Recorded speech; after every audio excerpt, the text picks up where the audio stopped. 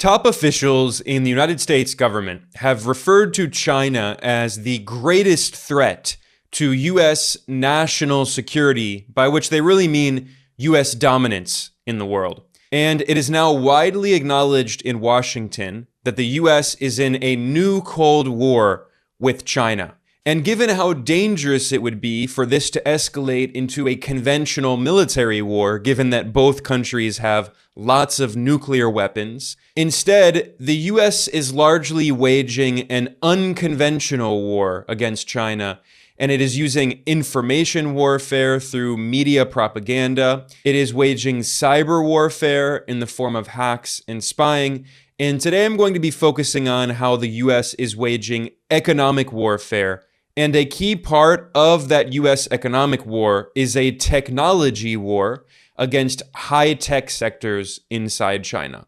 We saw the latest example of this April when the US Treasury Secretary Janet Yellen visited China, and the US government used the media to spread this discourse claiming that China has this massive problem of overcapacity, that China produces too much technology, and therefore the US and other Western governments have to take action against China in order to save their economies from Chinese overcapacity. When Janet Yellen met with top Chinese officials, she claimed that the US government only wants a level playing field for US workers and US companies, claiming that supposedly China is not competing fairly because the Chinese government, which of course is socialist still, provides a lot of support for technological research, infrastructure development.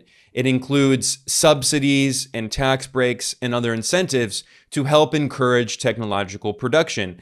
And the argument by the US government is that this is completely unfair. China is not competing fairly, and the US and Western governments have to take action against China. And of course, the implication is impose tariffs on Chinese goods and restrictions on China and sanctions and prevent exports of technologies in order to maintain more competitiveness, supposedly because China is not competing fairly. That's the US government narrative. And it could not be more hypocritical and self-serving, because while Washington is claiming this, while the media is simply repeating these talking points coming from Yellen and other top officials, meanwhile, the US government is giving out trillions of dollars of incentives to its own local industries in order to compete with China. So the US is accusing China of exactly what it itself is doing. And today I'll be looking at some of the policies of the US government, including the effects of the Inflation Reduction Act and Washington's return to industrial policy and significant state support for companies in the tech sector, again, which is exactly what the US criticizes China for doing. So we can clearly see here, once again, the hypocrisy of the US government, which lectures China and other countries around the world and tells them to do the exact opposite of what it does. And in addition to being blatantly hypocritical, it's also very ironic hearing Janet Yellen lecture other countries and what they should do, given that she herself does not have a very good track record. Yellen was, before becoming Biden's current Secretary of the Treasury, she was previously the chair of the Federal Reserve, the US Central Bank. And back in 2017, she infamously claimed that she expected no new financial crisis in our lifetimes. She claimed that the US government had solved all of the problems that were unleashed in the 2008 financial crash that nearly destroyed the economy, that new regulations had made sure that there would be no future financial crises, according to Janet Yellen. And then just a few years later, 2023 was the worst ever year for bank failures in the United States. 3 of the 4 largest bank failures in US history happened in this year, just a few years after Janet Yellen claimed that there would be no more financial crises in our lifetimes. And this is not even to mention the fact that there is currently a major crisis going on this year, 2024, in the commercial real estate sector in the United States. And many mainstream financial analysts and media outlets have warned this could unleash yet another major financial meltdown. So the point is that it's crazy for US officials who have such a bad track record to try to lecture other countries about how they should govern their economy, how they should develop their technological sector. And it's even more cynical when you realize what Washington's ulterior motives are with this claim of Chinese overcapacity. We saw this very clearly back in 2021, in which Janet Yellen's colleague in the Biden administration, the US Commerce Secretary, Gina Raimondo, she let the cat out of the bag and she admitted what Washington's real goal is. Gina Raimondo said that the US wants to, quote, slow down China's rate of innovation. I really need to emphasize this point.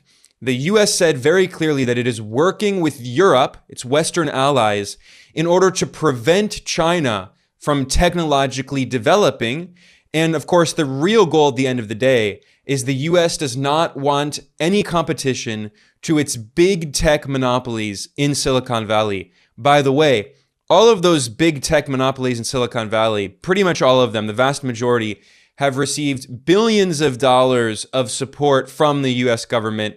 Tesla, Google, Meta, they have long enjoyed direct support from the US government, which again is what the US is accusing China of. And by the way, this was not the only time that Gina Raimondo made these very aggressive comments about China. This March, the US Commerce Secretary admitted in a press conference that Washington will, quote, do whatever it takes in order to prevent China from getting access to the most advanced technologies. Do whatever it takes. That includes a lot of things. That includes economic war, sabotage, sanctions, export restrictions, and who knows what the US is doing covertly. But the point is that the stated US policy toward China is technological war and economic war. Washington's goal is to prevent China from technologically developing in advanced sectors and competing with US big tech monopolies. And the narrative about Chinese overcapacity that we hear from Janet Yellen and others is simply part of this larger strategy of economic war and tech war aimed at China. And it's quite cynical because at the end of the day, this whole narrative from US government officials using the media, all of this is aimed at justifying aggression against China in the form of sanctions, export restrictions, banning companies and exports in the West, and tariffs.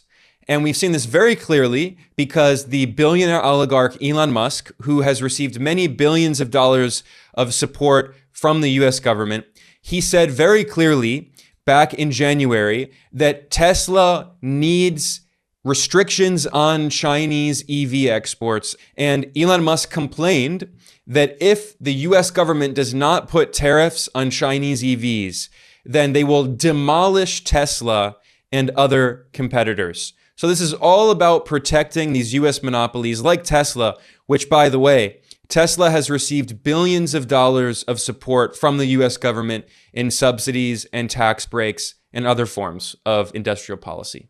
And Washington has not been hiding this strategy very well because just a few weeks after Elon Musk called for the US government to put tariffs on Chinese EVs, the Biden White House published a fact sheet in which they claimed, quote, Chinese automakers are seeking to flood the autos market in the United States and globally, posing new threats to our national security.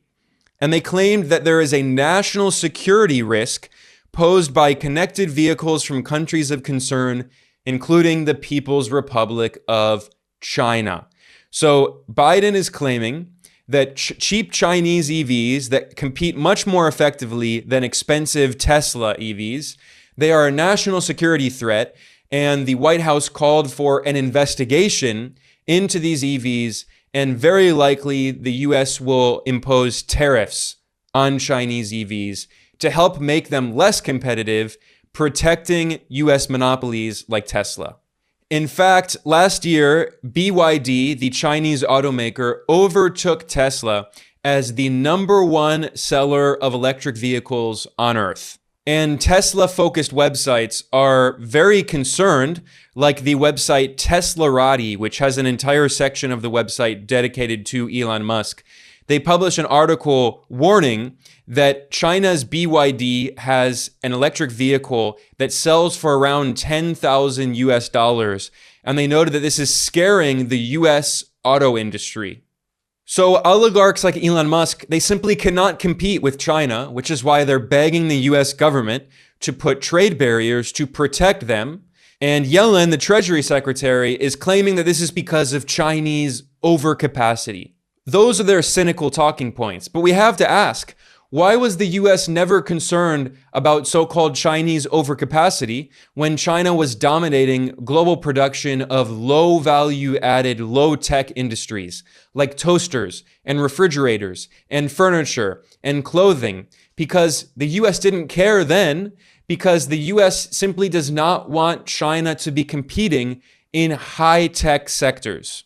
When the US normalized political relations with China in the 1970s, and later when the US began allowing investments with the reforms in China that began in 1978 under the leader Deng Xiaoping, and then later when the US government allowed China to join the World Trade Organization in 2001, the US strategy was always to keep China subordinated under the US, and they simply wanted China to produce low value added, labor intensive products, and the US wanted to monopolize high value added, high tech industries. So China would produce clothes and toys and household appliances, and the US would produce all of the advanced electronics.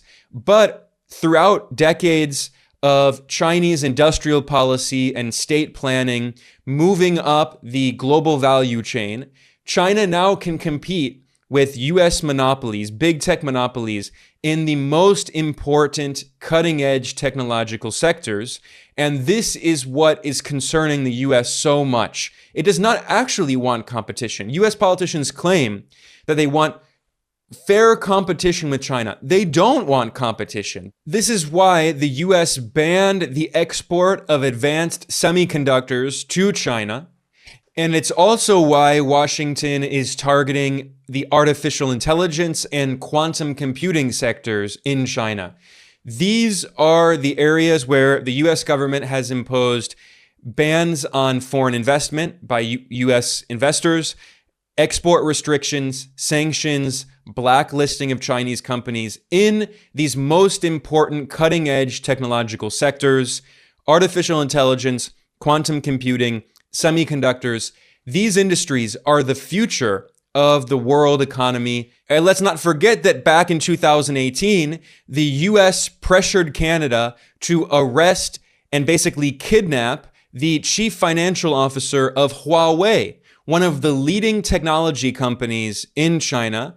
And its CFO, Meng Wanzhou, was put under house arrest for years in Canada on completely bogus charges of violating the illegal unilateral sanctions that the US put on Iran, which violate international law. And yet the US was trying to extradite this top Chinese executive, who, by the way, Meng Wanzhou is the daughter of the founder and CEO of Huawei, one of the most important Chinese tech companies. So this was a clear example of the very aggressive, desperate tech war that the US is waging against China. And then, of course, the US pressured other countries to ban the use of Huawei 5G equipment, and the loyal US allies in Europe complied. They banned the use of Huawei 5G technology, and now, by the way, many of them are behind in internet. Like the UK banned 5G technology from Huawei, and now the UK has the worst 5G connections, the slowest connections in all of Europe. So they are suffering, but a small handful of US big tech monopolies are benefiting. So there are so many examples here of Western hypocrisy and the accusation from the US government that China is unfairly competing because it's a socialist system that provides significant state support to develop industry it's so hypocritical because the irony is that the US, while preaching free markets, has also constantly provided state support for its own tech companies. In fact, the renowned Harvard economist Dani Rodrik published an academic research paper in 2023 with two other co-authors, and they studied the industrial policy of governments around the world. That is, state interventionist policies that provide support to develop industry and promote production in the country. And they found that the region of the world that had the most industrial policy interventions in the economy, policies of state support for local industry, was the West. Western Europe and the OECD countries, the wealthy developed countries concentrated in the West. And in fact, their research shows that the richer a country is, the more developed it is, the more likely that country is to use industrial policy. That is, the so-called free market is not effective at helping a country industrialize and develop. Instead, the free market encourages investors to look for rent-seeking and engage in speculation, not in productive investment, because rent-seeking and speculation are the ways that they will get the largest profits on their investment. And although I think this research is very important, largely because it was co-authored by a Harvard economist who's very mainstream, at the same time, we've known this for many decades. It's not new. Many heterodox economists have been pointing this out for decades. In particular, I often quote the work of the South Korean development economist Ha-Joon Chang, has shown for decades, going back to 2002 in his groundbreaking book, Kicking Away the Ladder, he showed how all of the rich, advanced economies in the world developed through significant protectionist policies in which the state provided subsidies and tax breaks and other support, and also imposed tariffs and other protections to develop local infant industry. And this is exactly what the United States did. In fact, the US was one of the most protectionist countries on earth, with average tariffs of 40 to 50% up until the end of World War II. And it was only after World War II, when the US established its economic dominance in the world, that the US finally began to preach so-called free trade, which is also what the British Empire did. The UK also was one of the most protectionist countries on earth up until the mid-19th century, when it repealed some of the protectionist policies like the Corn Laws. And then the British Empire started to preach so-called free trade, but that was because free trade benefited the British Empire after it established its economic hegemony, just like so-called free trade benefited the US empire after it established its economic hegemony after World War II. The major hegemonic economic powers only preach free trade when it benefits them, and when it no longer benefits them, they return to protectionism, which is exactly what the US government is doing today. Janet Yellen and other top US officials are accusing China of overcapacity and claiming that it's unfairly competing, and instead, China needs to rely more on the free market. Well, at the exact same time, Janet Yellen and the US government are overseeing trillions of dollars of support for their own local industry. I mean, it is really incredible how blatantly hypocritical this is. Goldman Sachs economists published a report back in 2023 that looked at the effects of the Inflation Reduction Act, which was passed by the Biden administration. And this legislation will give trillions of dollars of incentives to companies in the US to invest in renewable energy to help create a more green economy. Now, this is exactly what China has been doing to encourage a transition away from fossil fuels. When China does it, the US claims that it's evil socialism, but now the US is doing it as well. And according to these Goldman Sachs economists, they predicted that the Inflation Reduction Act will result in $1.2 trillion, with the TR, $1.2 trillion of government incentives by 2032 in order to invest in clean energy, technology, and new infrastructure. And they estimated that it will encourage $11 trillion of total infrastructure investments by 2050, including $3 trillion of investments by 2032, an average of $290 billion annually. And it's not just the Inflation Reduction Act. Another signature piece of legislation passed by the Biden administration is the CHIPS Act, which the US government passed in order to subsidize local production of chips, semiconductors in the US, which is also part of the tech war against China, because the Biden administration did this while prohibiting the export of advanced semiconductors to China. This is being referred to as a chip war. And the CHIPS Act also provides tens and hundreds of billions of dollars of support for developing the semiconductor industry in the US. And Bloomberg has reported that the Taiwanese Semiconductor Manufacturing Corporation, TSMC, has been offered $11.6 billion of US government grants and loans in order to build chip plants in Arizona.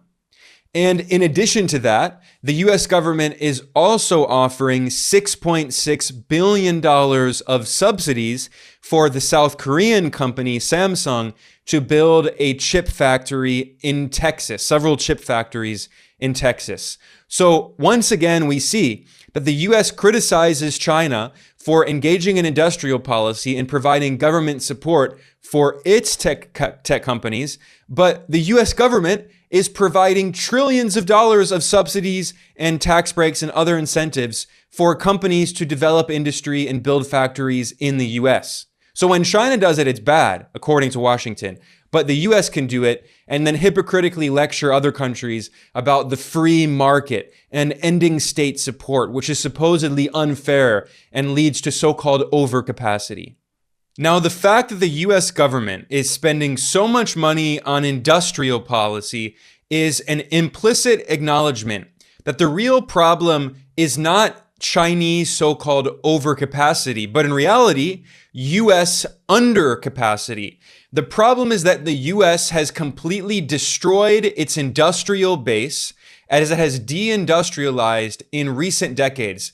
Ever since the rise of neoliberal economics, of free market fundamentalism in the late 1970s and early 1980s with Ronald Reagan in the US and Margaret Thatcher in the UK, this free market fundamentalist neoliberal ideology claimed that all forms of economic growth are equally valid. And what happened is the US economy was increasingly financialized, and you had more and more financial speculation and not actual tangible material production. And meanwhile, production was outsourced across the world in global South countries where labor was paid much lower, and US corporations could profit from exploiting this low-paid labor. This eroded US manufacturing. It destroyed entire regions of the US like the Rust Belt, Detroit, Michigan, Cleveland, Ohio, these cities that had been major industrial hubs. They were deindustrialized. It was also a way for companies in the US to break the back of unions and attack the power of organized labor. And now here we are in the 2020s, and the US manufacturing base is so weak, and there is a shortage of skilled labor because people for decades have not had good manufacturing jobs. And because of the financialization of the economy and the asset price inflation, the big bubbles in the real estate sector, in the stock market, in the bond market, what we've seen is that the cost of living has become prohibitively expensive, which means that manufacturing is too expensive in the US to be internationally competitive. So the only way that the US can actually compete, that its industries can compete with Chinese industries, is through massive government support subsidizing the costs of production. So all of this at the end of the day shows that the problem is not Chinese overcapacity. The problem is US undercapacity, and yet Washington is scapegoating China for all of these problems that were created by its own neoliberal market fundamentalist policies and by the greed of US-based multinational corporations that wanted to maximize their profits by going around the world and destroying the industrial base in the US and breaking the backs of unions. This is the crucial point that is almost never mentioned in this US government-fed, media-manufactured scandal about so-called Chinese overcapacity. And by the way, on the subject of so-called Chinese overcapacity, I want to point out a few important details that are being overlooked. Now, BYD, the top Chinese automaker, which overtook Tesla as the world's largest seller of electric vehicles, BYD is being demonized, and the US claims that China is flooding markets with cheap EVs, and supposedly this is unfair. But in reality, let's look at BYD's share of the EV market in Europe. If you actually look at the data, BYD only represents 1.5% of the share of the EV market in the European Union. 1.5%. Meanwhile, Korean car companies like Kia have 4.4% of market share in Europe. And Hyundai, another Korean car manufacturer, has 4.1%. And Toyota, a Japanese car manufacturer, has 2.8%. So the US is totally fine with Japanese and South Korean car manufacturers dominating the EV market in Europe. But instead, they condemn China, which is a tiny little fraction of the EV market. So again, the actual problem is not so-called overcapacity. The US does not want China to compete in these high-tech industries. The US will allow Japan and South Korea because they are essentially proxies of the US, they're client states, and the US has been militarily occupying South Korea and Japan for decades. There are still tens of thousands of US troops in both South Korea and Japan. So the US is not concerned about them, but the US does not want China to have market share. And let's look at some more data here, because this is the data that is so often ignored in the mainstream financial discussion from Western governments and the media of this so-called Chinese overcapacity. Now, China has become the world's largest producer of cars. That's true. China also has 1.4 billion people, which makes it 4 times larger than the US population. It has the world's largest market. And if you actually look at Chinese production of electric vehicles and plug-in hybrids, you can see that over 80% of Chinese new energy vehicles are purchased locally in the domestic market. In fact, less than 20% of China's EVs are exported abroad.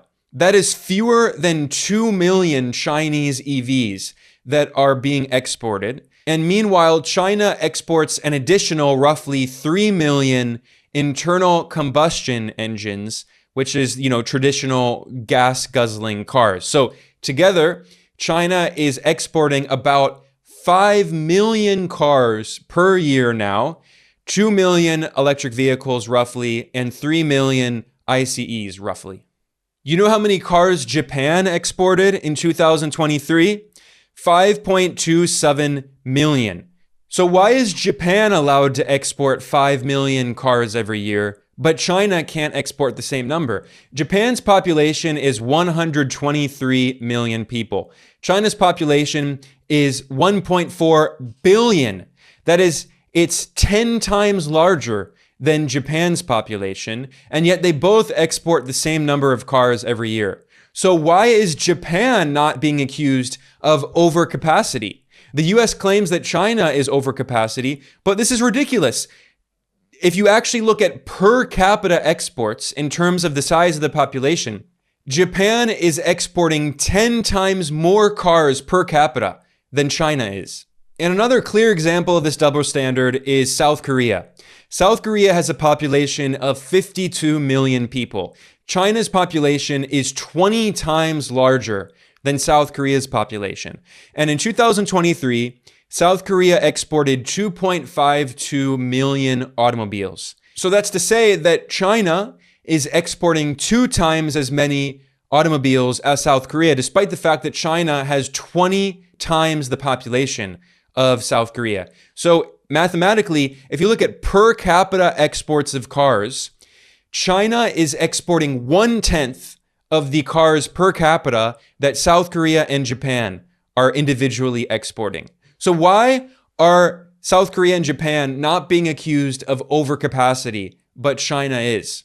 Because the US does not want China to compete in these cutting-edge technological sectors. The US is fine with Japan and South Korea exporting these cars and other advanced technologies because they are US client regimes that are militarily occupied by the US. Their governments essentially do whatever the US tells them to do.